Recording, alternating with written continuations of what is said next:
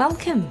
Hi, I'm Mikki, and this is Mikkipedia, where I sit down and chat to doctors, professors, athletes, practitioners, and experts in their fields related to health, nutrition, fitness, and well-being. And I'm delighted that you're here. Kia ora, everyone. Welcome to the podcast this week. I am Mikki. You are listening to Mikkipedia, and this week on the podcast, I'm speaking to Professor Mike Murphy, who works in Mitochondrial Redox Biology and is a co-creator of Mito Q, a CoQ10 supplement that is specifically designed to target mitochondria and offset free radical damage created through oxidative stress and improve health-related outcomes. Now, despite the science-based nature of the topic, Mike is so good at distilling down information that we can all understand, and we discuss mitochondria, the research behind Coenzyme Q10, what makes Mito Q different from other Coenzyme Q10 supplements, and also how this links to our health and well-being, and some tactics to help improve overall cellular health. Here's a wealth of information, and I so appreciated sitting down with Mike. Mike, his background, he studied chemistry and obtained a PhD in biochemistry from Peterhouse, University of Cambridge in the late 80s, and subsequently moved on to different academic roles and even spent some time at the University of Otago in New Zealand from 1992 to 2001 to set up his own research group, moving up to the level of associate professor there. Of course, now he is a professor over at Cambridge. He has been appointed an honorary fellow of the Royal Society of New Zealand in 2012, awarded a bunch of different awards, which is amazing. And he, as I said, is a co-creator of Mito Q. Many of you, I think, will be familiar with that. And we will include links to how to find Mike and Mito Q over in the show notes. Before we get to the interview, though, I'd just like to remind you that if you enjoy these episodes, please hit subscribe on your favourite podcast platform, share them with a mate, and get the word out there about Mikkipedia. That would be amazing. In addition to that, if you want to help support us a little bit further, jump over to my website, Williden.com, and sign up to that recipe portal access. With $12 a month, you get a regularly updated recipe library, access to the members-only Facebook page, access to me to answer your nutrition-related questions within our online platform that is brought to us from Training Tilt, and just, an opportunity to eat some delicious food and connect with the rest of us over at Mikki Williden Nutrition. Anyway, sit back, relax, or whatever it is you do when you listen to podcasts, and enjoy this conversation I have with Mike Murphy. Lovely. Professor Murphy, thank you so much for taking the time to chat to me this morning, your evening. I really appreciate it. And as I understand it, you are one of the sort of foremost experts, if you like, in Coenzyme Q10, mitochondria, how they interact, and of course, your involvement with Mito Q, which is something which I take on a daily basis. So it's awesome that I get the opportunity to talk to you. Can you give us a little bit of your background and what led you to sort of studying Mito Q, Mitochondria CoQ10? So what is your background? So my background was in Ireland I did chemistry as an undergraduate. Then I went in Trinity College Dublin. Then I went to Cambridge University and I did a PhD in biochemistry. And there I started working on mitochondria. And so there we were interested because I could explain a little bit about what mitochondria are, and then we can see how that fits in with my life story, such as it is. So inside all our cells, we have these small compartments called mitochondria. And most of our cells would have hundreds or maybe up to 1,000 of these little guys. And they're descended from bacteria that used to be free living, but have taken up life inside our cells because it's more protected. But in exchange, what they do for us is they break down the food that we eat, like sugar, amino acids from protein and the fat, and they make energy available in a form the cell can use. And in doing so, they consume most of the oxygen that we breathe, maybe about 95% of the oxygen that we breathe. And when I was doing my PhD, we used to be able to isolate the mitochondria, typically from rat liver or something like that. And then we could try and understand how the isolated mitochondria worked. So we could infer how they actually transferred the energy from food onto a usable form. It's called ATP, but that's not so important. Main thing is it's a form of energy the cells could use. And that's what I was trying to understand at that stage. And then after that, I went around a few different places and worked on different aspects of mitochondria for the rest of my career. And I ended up in the University of Otago in Dunedin in about 92.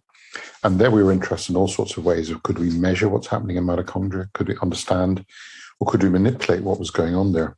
And there I started working with Professor Rob Smith, who was in the chemistry department.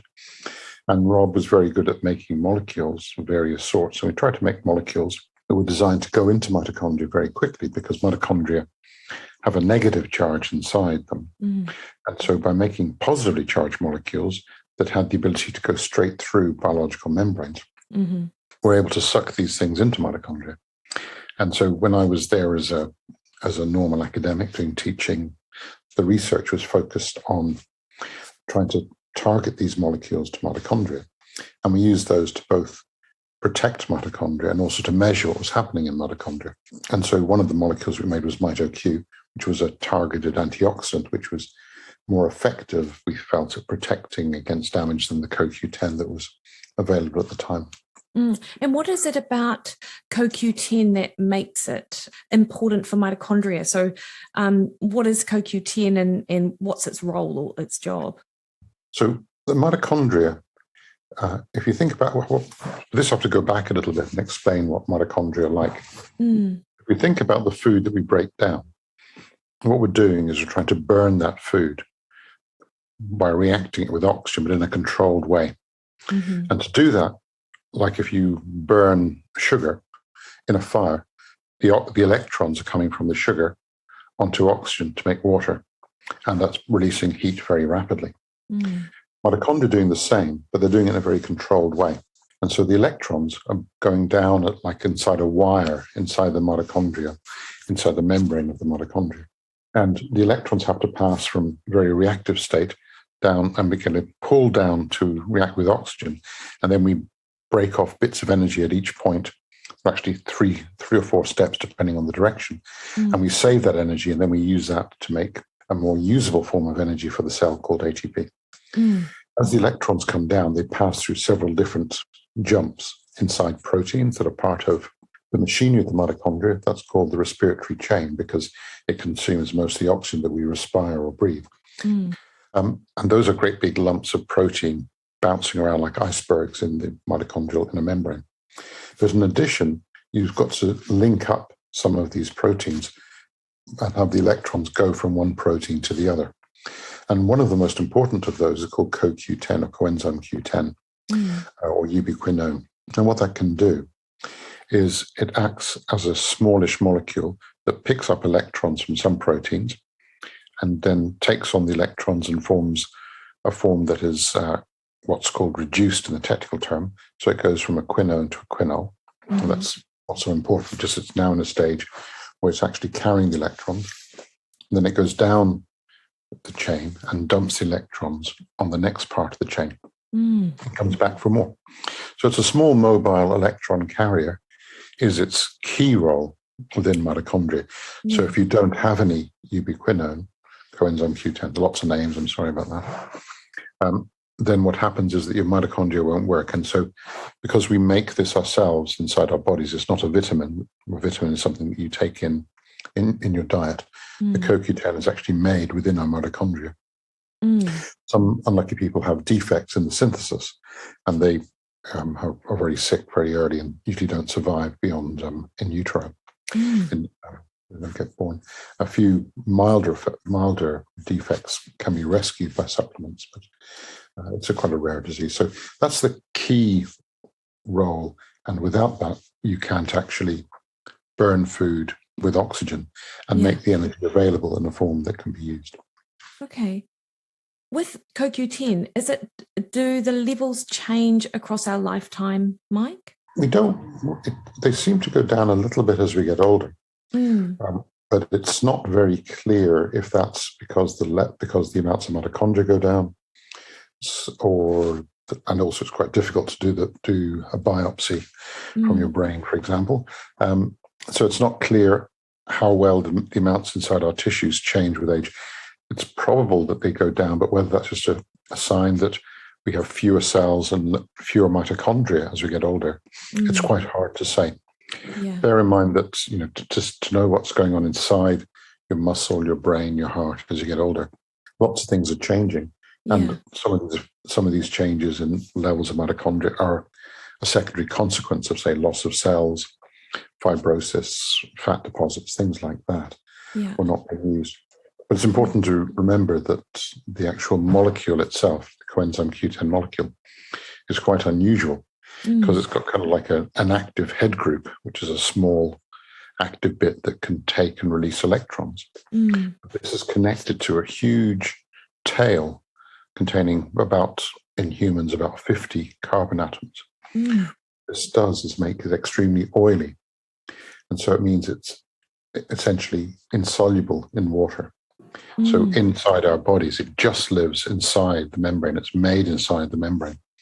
So the amount that's transported around our bodies is quite small, and its role is not really very well understood. Okay. So while plays a vital role inside these membranes as an electron carrier, it's quite hard to get it delivered there because it's so sticky, it's so oily. So you wouldn't be able to get any of it to dissolve in water, for example. But it gives within the membrane, within these lipid or fatty parts of the mitochondria, it has another very important role as an antioxidant. So when it takes electrons, well, that's its main role, cycling electrons down the respiratory chain onto oxygen. One of the electron carrying forms can now actually react with what are called free radicals. And these are produced as a byproduct of mitochondrial function. And these things like superoxide, hydrogen, which goes on to other things like hydrogen peroxide and other reactive species, they can, if not controlled, cause damage. And mitochondria, as well as producing these free radicals, they're also quite susceptible to damage. This is because I talked a bit about the membranes. Yeah. And the membrane is a key part of the mitochondria. It's very large. But just as you know, and it's made out of these fatty molecules. But as you know, if you look at fatty things like butter, it could go rancid. In other words, the unsaturated fatty acids, the ones which have lots of double bonds, the ones which are probably good for you, are also quite susceptible to oxidation. And they break down and cause further damage. And this can disrupt mitochondria and cause other damaging species to be released. So that happens quite a lot in mitochondria. But the ubiquinone, the coenzyme Q10, that inside the membrane, one of its jobs is to block some of this damage. So it protects the membrane from being damaged by this background production of free radicals. So I spoke to a cardiologist actually maybe a year ago, and we chatted about exercise in the heart and like on a removed topic. And then when I asked him what supplements that he would sort of recommend people take in order to help protect their heart, one thing he was adamant on was coenzyme Q10. Is CoQ10 particularly important in certain tissues, Mike, or is it just sort of across the board it's important? Like what's that relationship there with CoQ10 and sort of heart tissue? Well, probably it's important in all tissues, particularly those which have a high energy demand, because much of the CoQ is coming in to help the mitochondria work. And certainly there's a lot of evidence or suggestions that it should be important with aging, but there aren't many very strong studies, as I'm aware of, showing it being protective. It's been tried in many different studies and preliminary studies of things like Parkinson's. And also you'd expect it to be, in theory, good, to be protective, but it's quite hard to show for sure how much that you take in gets to the tissue. There's some evidence that as we get older, if the CoQ levels do get depleted, then some more might be taken up to make up for the shortfall. But it's quite hard to do that very accurately. in humans. And some people dispute how well it would get taken up because, as I was saying, it's extremely oily. Yeah. And so if you take it in your diet, only a small amount will get absorbed, and then it won't go through your blood in the normal situation. It has to be packaged up, and then that will go around your body. And some may get taken up into mitochondria, but it's not clear because that's not what it's designed to do, because it's made within the mitochondria inside our cells. Yeah. And so whether you can top that up, it's not entirely clear. Oh, interesting. If we go back to mitochondria, what are the things which harm or sort of change our mitochondrial function over time, Mike? Probably there's the same sort of things that change all our functions as we get older, in the sense that we're being exposed to a damaging environment, to the stresses in a vague sort of way. The stress and strain of living is always going to affect us. So those things will obviously be damaging and affecting mitochondrial function as we get older. And then, of course, if the mitochondria aren't working particularly well, then that's going to lead on. And so some of the things but we know a bit more now beyond that kind of very vague, hand-wavy sort of approach. And there are a few areas where we know that we think mitochondria, we know a bit more about how they might contribute to aging. So first off is the link with things like exercise and obesity.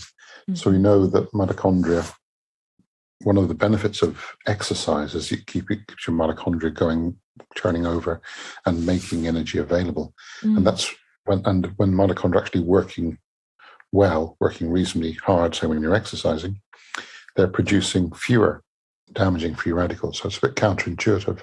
But the harder your mitochondria are working, under most circumstances, they're producing fewer damaging free radicals under those situations. So we probably, though these are still very early days, we don't fully understand it, it's more likely that exercise, that's keeping your mitochondria in a fairly active state,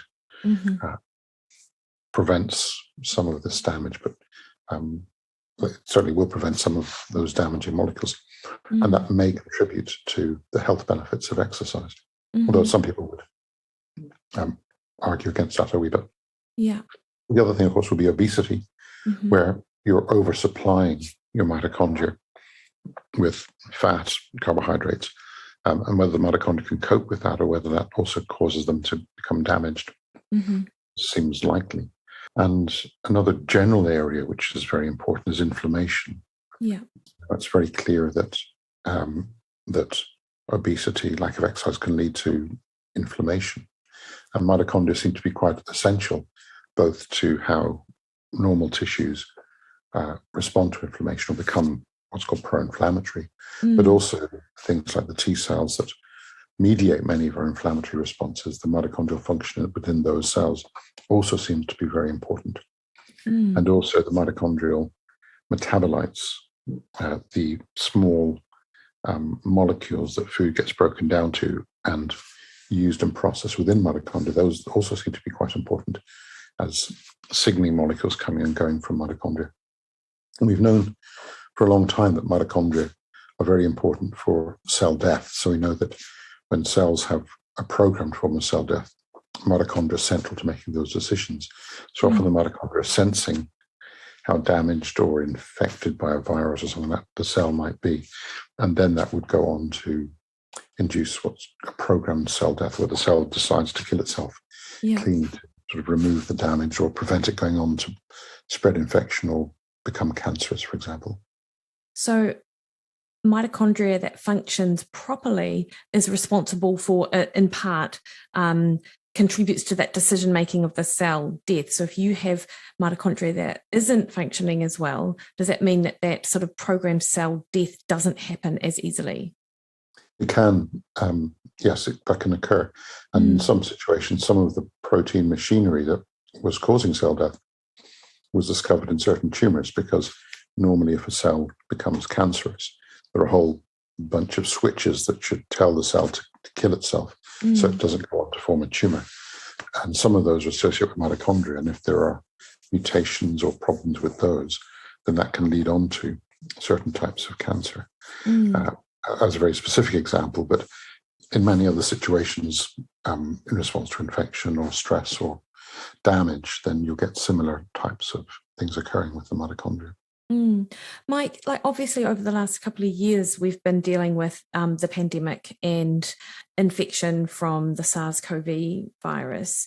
Have you either in the past on similar viruses or currently, are you exploring any relationship with mitochondrial function and the infection itself or long COVID or anything like that? We don't know.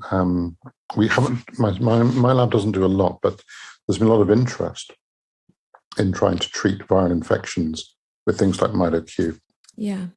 Both HIV, the COVID, the virus SARS-CoV, and in addition, many other types of inflammatory processes caused by viruses.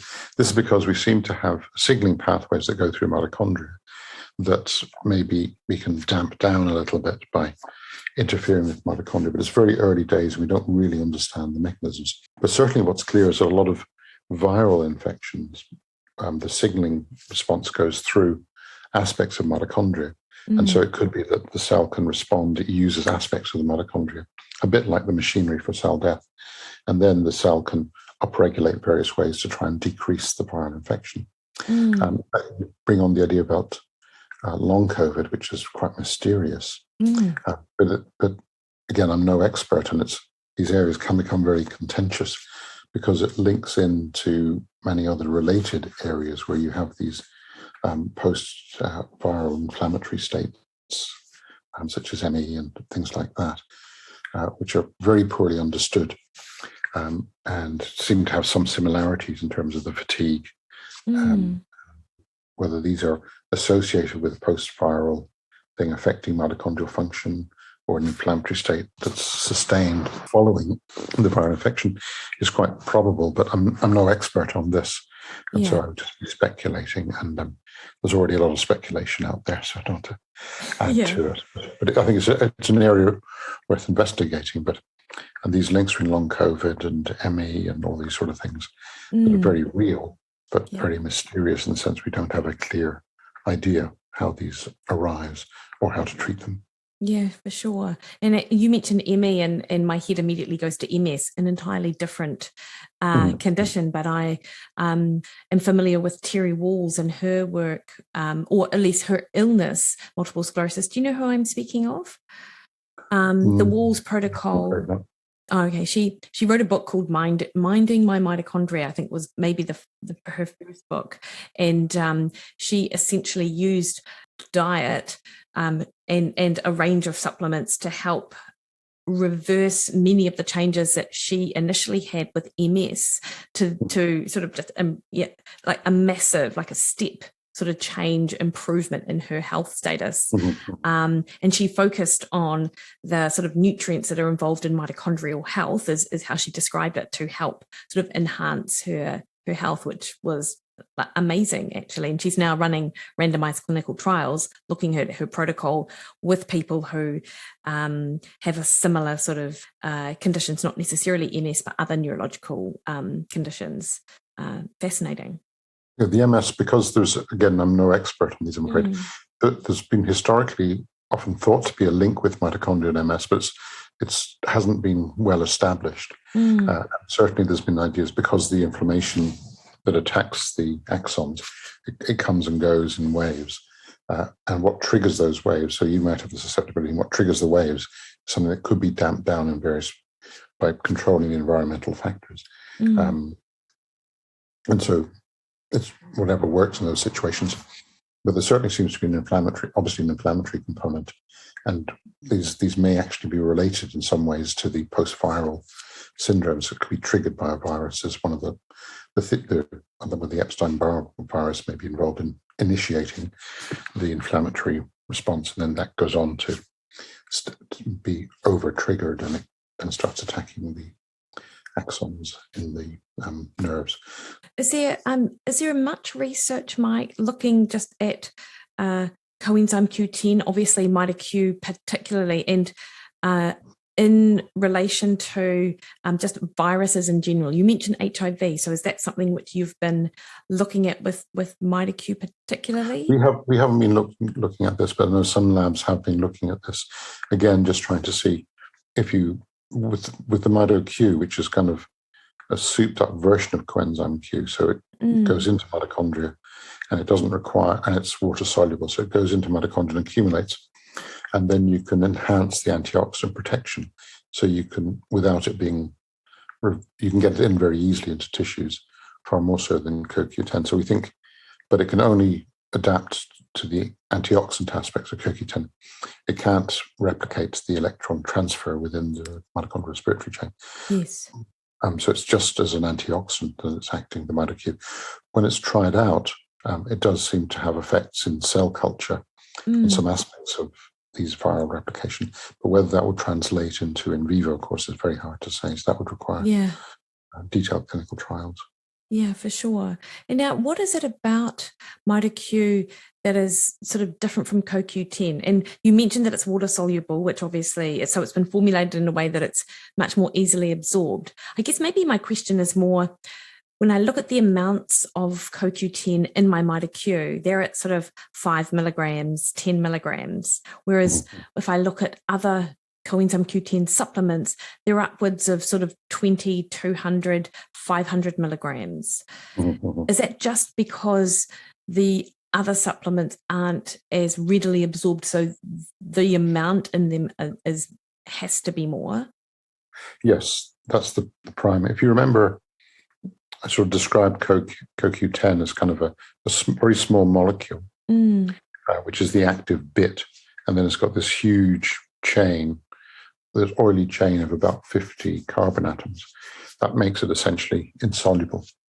And so when you take some into, when you take it in orally, the amount that would be absorbed and transported and packaged by the liver and what have you to be transported is going to be a tiny fraction of that. There are various more water-soluble or emulsified versions that people claim get taken up better, or by changing from ubiquinone to ubiquinol may get up better. But again, it's a fairly marginal increase, I think, although they may be sufficient to enhance the activity and the uptake. Mito Q is quite different because we're taking the same active group, which is the quinone group, and then we have a very short chain attached to that, just long enough so it can still have access to the active sites of the enzymes that reduce it and activate it within mitochondria. And then to the other end, we attach a positive charge cation, which is positive charge, in a form that has a weird combination of the positive charge and the ability to be a bit oily, so it can go through membranes. And then it accumulates maybe 1,000-fold because of this voltage or the negative charge inside mitochondria. And then, so what we're able to do is we can get a far greater accumulation of it within the tissues. And then in the tissues, it's all inside the mitochondria. So if you take in Mito Q, it will be cleared from the blood into the cells and from the cells into the mitochondria quite quickly. So that's the reason that you only need quite a small amount. And then you would be enhancing the antioxidant defenses within the mitochondria with 1,000-fold less of Mito Q compared to CoQ10. Yeah. Even if it was getting in through the gut. So that's the rationale behind that. Yeah. Okay. No, that's super interesting. And, you mentioned that it's like a small sort of oily substance, and obviously we get some CoQ10 through food. What are those food choices or sources where we would just be able to get it from our diet? And would that, in your opinion, be enough for some of those more protective sort of mechanisms that you're describing for the average person? I think most of the CoQ you'd expect to have in anything that contains large amounts. So meat would be the obvious one. Anything that contains lots of mitochondria, which is meat, fish, something like that. But then the amount that would be absorbed from the diet versus from a supplement isn't going to be markedly different. So you still have that problem of absorbed. Compare this with a similar molecule, say vitamin E, which is also an antioxidant, and it's got quite a oily chain, not as long as coenzyme Q, but it's quite oily. But the big thing here is that coenzyme Q10 is not a vitamin. So you remember, a vitamin is something that we don't make in our bodies, but we have to take in orally. And so this means that we have to take in vitamin E in our diet. But what that means then is that we have a whole bunch of receptors and transport proteins that will take it up and transport it selectively to our cells around the body, whereas we don't have that as far as we know for CoQ10. So my understanding is that we're not really designed to take in CoQ10 in our diet. And so the amount that would come in from our diet is it's not essential. So you could remove all CoQ10 from your diet and you would still survive because you're making it within your own mitochondria. Yeah. And is it when the mitochondria become dysfunctional that the action of coenzyme Q10 changes, or does coenzyme Q10 deplete from some of those stresses that you were sort of describing earlier with what impact on mitochondria? Like, do we know those sort of relationships? We don't know them very well because it's a bit like just the CoQ10 is one important part of mitochondrial function. And so if your mitochondria, and it's also protective. So if it's there, it will protect against some of the damage. So if it goes down, then the damage will enhance, but also that will tend to deplete the CoQ10 levels. The precise relationship is not clear. But bear in mind, if your mitochondria are getting damaged and depleted, then that will drag down your CoQ10 levels simply because you're damaging and losing the mitochondria from your body. Also, just important to bear in mind that what happens to mitochondria as they get damaged is a very important aspect of many diseases, particularly perhaps neurodegeneration, things like Parkinson's, because we know that mitochondria are continually recycled and repaired and degraded if they're not working well. And so there's a continual cycle of mitochondria being separated, bits broken off, digested, repaired, and remade all the time. And so it's hard to think of just one thing going wrong. Yeah. But if those processes go wrong, then poorly degraded or accumulation of partially damaged mitochondria seems to accumulate, particularly in things like Parkinson's disease, where many mutations in these machineries will lead to certain familial forms of Parkinson's, as they're called, in other words, genetic forms of Parkinson's disease, because we're not able to repair or turn over the damaged mitochondria, and they sort of hang around, get in the way, and clog up the cells. Well, that's the current view, put more simply, but what's really happening is not entirely clear. Yeah, and so Mito Q is being studied in those sort of models now to see if that can impact or enhance, some of the mitochondria. Yeah, so it's been looked at in a range of different disorders to see if it can protect against the mitochondria. There was a trial in Parkinson's a long time ago when Mito Q was first made, but probably, and it wasn't effective in that trial, which was done in New Zealand, a very good trial run from Auckland. Part of the problem, of course, with all these degenerative diseases is that you by the time you're getting the symptoms, so much damage has already been done. Yes. That you can't repair or prevent damage if you've already lost a big chunk of those cells. So that's a kind of a conundrum with all anti-aging or anti-neurodegeneration medicines, that by the time you're getting the symptoms, it may be just too late to treat it. And of course, what that means is that you may be having to treat yourself for it from the time you're 20 or something like that.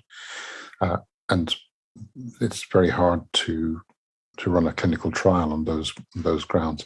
Ideally, we'd have a clear predictive way of seeing the very early onset of these diseases and then be able to intervene. But as you can imagine, that's very, very challenging. We just don't understand those things as yet. So looking for all kinds of biomarkers, but that has been very, very difficult. We don't have that as yet. Absolutely. And you mentioned the sort of genetic component of Parkinson's, for example. So I wonder if it's a matter of looking at your parents and their parents and sort of understanding their sort of how disease might have progressed there, and maybe looking at a genetic profile. I don't know if there are any genes that we can sort of look at that can tell us a little bit about risk and treating on that basis. There are, but I should have, well, first off, it's always important to choose your parents very wisely. But just want to emphasize with these forms of Parkinson's, the ones I call familial forms, these are often caused by just mutations in a single gene. So it's a big effect from a single gene, very rare. And these will be inherited like many of the classic genetic diseases. And what these do is they tell us a lot about, because they produce the same symptoms, they tell us about what might be going wrong in normal Parkinson's, which is the vast majority of the cases. And in those situations, it's unlikely that just one or two genes, so it's like these mutations are mimicking what happens in the normal situation. But what would happen over your lifetime to lead to this is probably caused by the interactions of thousands of different genes and your environment in ways that it's quite hard to predict. So while people are looking at very complicated ways of looking at your genetic distribution and your these are called bioinformatic analyses of all of your different genes, because now we can sequence a whole genome fairly rapidly and cheaply. We're trying to see, are there any correlations? But it's very difficult because they're going to be very small effects and combinations of hundreds of thousands of different genes. And so quite hard to know. We may, something should turn out from that in due course, but it's very challenging. And whether that would then lead on to an intervention that you could take from early age and see what happened, that would be interesting. It feels like a lot of these things that we're speculating on is actually the sort of, you almost have to take a chance that you're going to be it's almost preventative. You're like, well, I'm not sure whether or not this is going to be helpful for me, but I'd rather, I've got the resources I can invest. I'd rather take that opportunity rather than wait for that clinical trial. And that's, I suppose, the thing with science is like not everything can be tested in a randomized clinical trial, despite the fact that that's sort of gold standard. Yeah, obviously, that's a very good point, particularly as I was saying earlier about aging type interventions. So often, but at the same time, this does open you up to a lot of rubbish and snake oil treatments. Yes. So the best you can do is be very skeptical and also try and see, even though it might be quite hard to do a trial to say, to prevent cognitive impairment in your 80s, where you start taking something from your 30s, and that to do that trial obviously is not practical. But if you want to judge, well, what might help me at that stage? What should I take now to? Then you have to be very skeptical and recognize it's a big risk and it may not work and it might actually make it worse. All you can do is look at the evidence and the clinical trials that are done so far with the various interventions and at least show they're not damaging and they are interacting in a plausible fashion with the pathways that seem to be associated with aging. So we would push things like targeted antioxidants like Mito Q. Many people are exploring CoQ supplements also, and nicotinamides are also things that people are using quite a lot now. The niacin derivatives. All of these things are likely to be good, but dietary restriction or intermittent fasting, exercise, all those things are also very important. And remember, a lot of those things are having an effect on your mitochondria by enhancing this mitochondrial clearance and mitochondrial damage prevention. So many of these interventions that we do believe improve health as you get older are also associated with mitochondria in very clear ways through metabolism. So those are all other possibilities. Mike, cold thermogenesis is something which I've been familiar with for a number of years, and I do enjoy sort of cold plunging in winter and then doing as cold a shower as you can have in Auckland. I actually I grew up in Dunedin, so I know it's probably easier to have a cold shower in Dunedin. It's always hard to have a warm shower than a cold shower. It's true. My memory. It is. with respect to mitochondria, is that an important strategy that we can use to help protect our mitochondria, enhance them? So what's your understanding of cold thermogenesis? I think it's probably, there's certainly a strong connection to mitochondria. With all of these stress effects that have a beneficial outcome, there are multiple effects of the stress of cold immersion that are not well understood, both on the brain, mood, all those things. On whether the effects are purely due to the mitochondrial effects, there's probably far more going on to that to do with effects on the various neurological systems that I'm not competent to comment on. But for mitochondria themselves, mitochondria are a very key part of responding to the cold, because we also produce stuff called brown adipose tissue. How much there is in an adult human is probably not great, but certainly this can switch on and is activated by cold exposure, and that seems to be of benefit in various ways. It's very important for babies, for small mammals that have a very high surface area, so lose a lot of heat. Less so for us because we're well insulated and we're not losing heat so much. But even so, that's probably something that is activated. And the significance is debated. Some people are saying it's key, some people are saying it's vestigial by the time you get to be an adult. You also have shivering, of course. The other aspect of thermogenesis is shivering. And that's just a way of bypassing your mitochondria. So you're just breaking down the energy and it's going through a vicious cycle to release it. So instead of doing work like moving your muscles, you're using the energy just to make heat. And so your mitochondria are going to be going faster to supply that as well. And also this mitochondrial function is key for your basal metabolic rate, just your basal level of thermogenesis as you're resting, and how that's affected by cold exposure is an interesting area that I don't think has been explored very well. But the physiological effects of cold exposure, I think, are very clear. The mechanisms, I think it's plausible that mitochondria are involved. I'm afraid the answer is always more research is required, but it's certainly that cold exposure will have a direct effect on mitochondria. Whether that's to what extent that explains the benefits of cold exposure, whether it's a tiny aspect of it or a major aspect, I don't think we know. Okay. Yeah, it's super interesting. And, if nothing else, but there is more because you've just described, but you did mention that neurological sort of aspect and just how you feel when you have a good cold shower, feel pretty amazing. Yeah, afterwards, Yeah. I understand that there is research looking at coenzyme 10 and heart failure. And helping, I suppose, rescue the heart muscle. I'm not sure if I've said that correctly.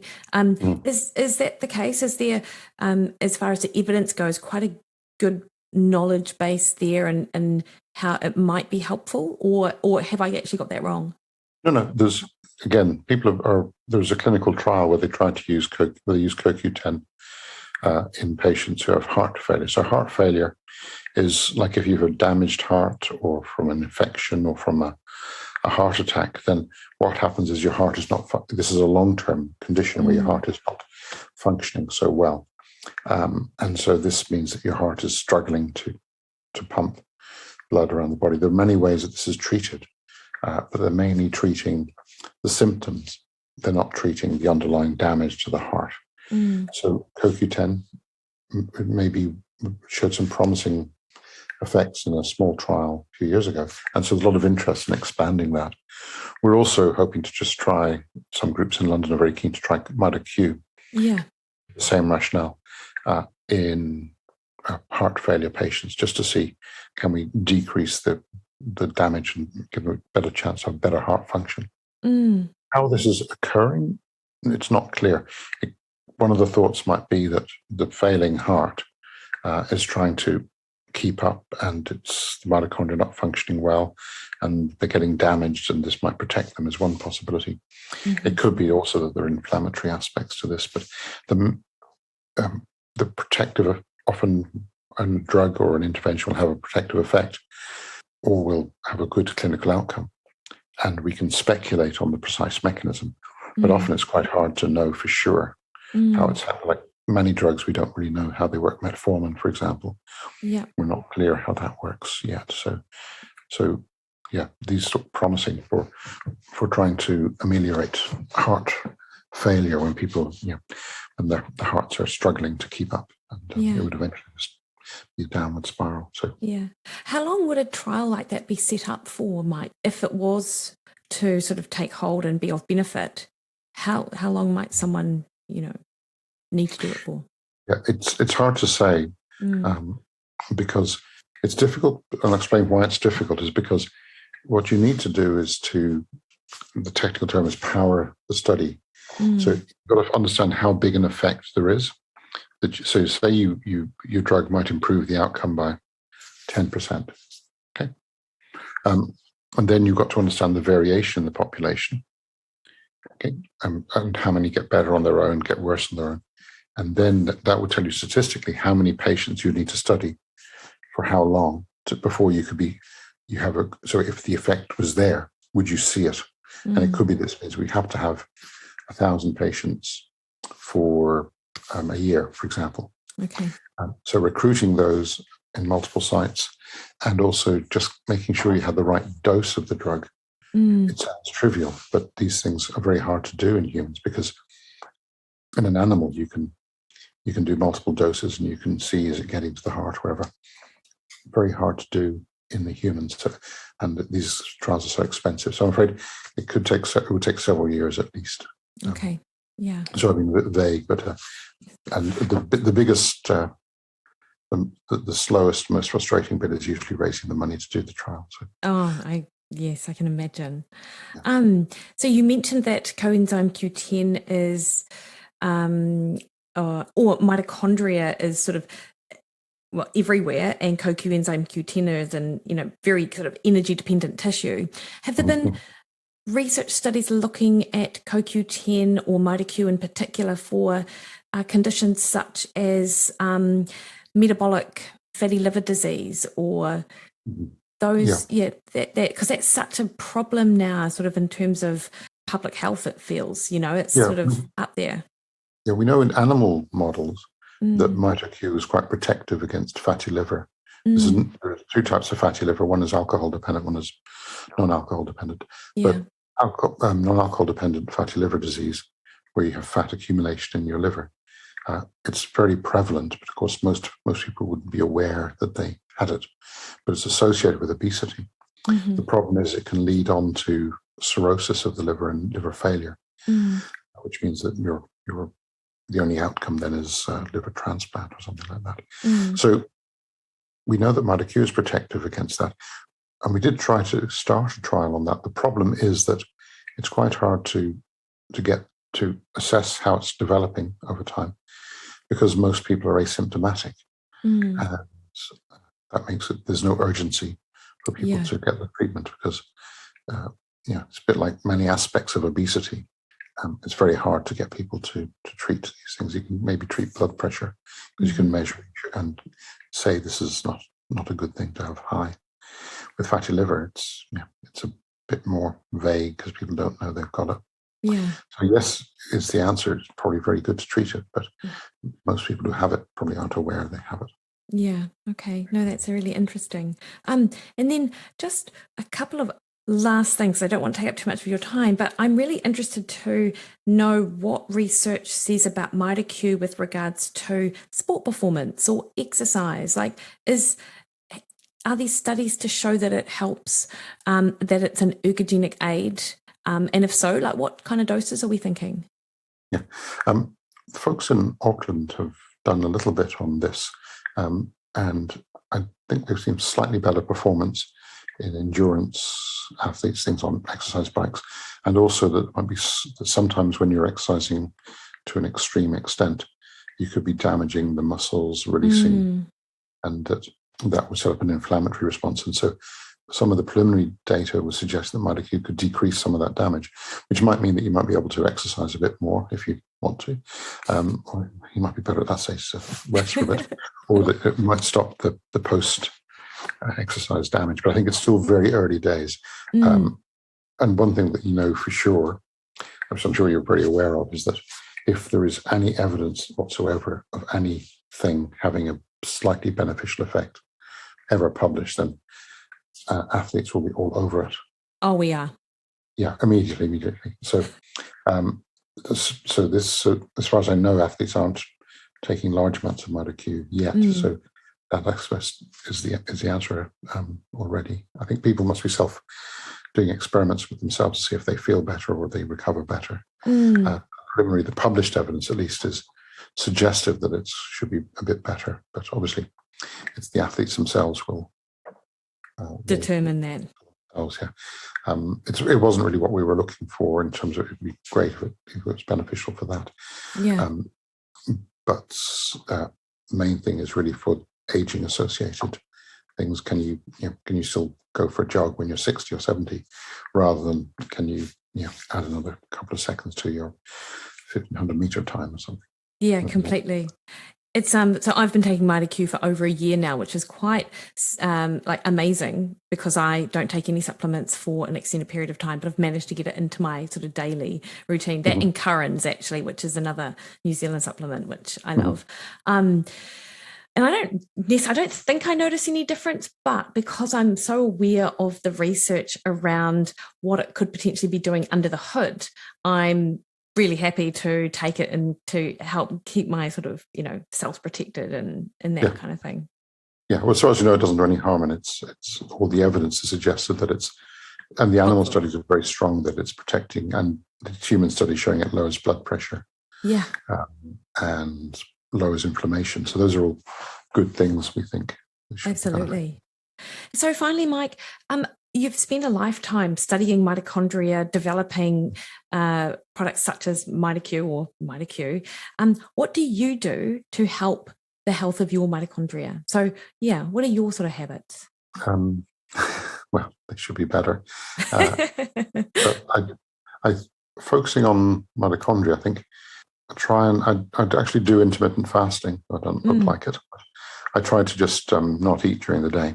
Just have coffee and water during the day. And I try and do regular exercise and open water swimming as well. So those sort of things. So those sort, and sea swimming as well whenever I'm anywhere near the sea. Yeah, nice. And just cycling, running, but nothing competitive. I'm not very competitive with sports, but just to keep myself fit. So those would be the main things I would try and do. Yeah. But I think intermittent fasting and cold exposure are probably associated with mitochondria, I think, and probably beneficial. Yeah. But everything is probably or maybe in science. No, I love it. Yeah, for sure. Can't say definitive things, I'm afraid. Yeah. No, that is science for you, right? Like you cannot be definitive on, it seems, almost anything. Not ultimately definitive, but you can. Yeah. You can say some things are more likely, less likely. Mike, thank you so much for your time today. I really appreciate it.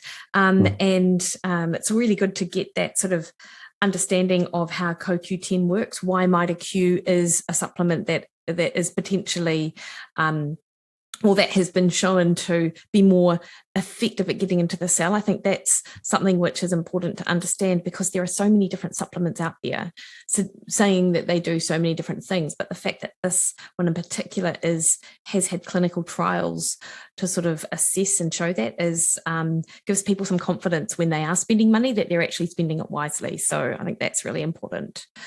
Mm-hmm. And I will link to some of those studies that we've discussed in the show notes, and then also link to your bio and where people might want to find you, or Mito Q, obviously, and the research around that as well. So thank you so much, Mike. I really appreciate it. Oh, pleasure. Lovely. Thank you, Mike. Okay. Right. Thank great pleasure.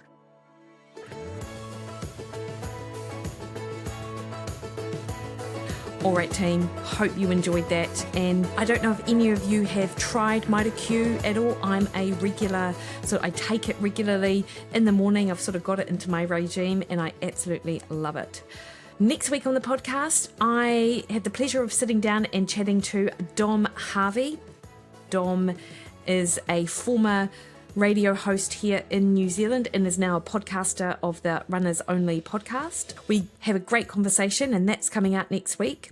Until then though, team, you can catch me over on Facebook at Mikki Williden Nutrition, over on Twitter and Instagram at Mikki Williden, or jump on my website, mikkiwilliden.com, where in addition to that recipe portal access, you can book a one-on-one consultation, sign up to one of my meal plans that relate to healthy eating, fat loss, keto longevity diet, and connect with me there. All right, team, have a great week. See you later.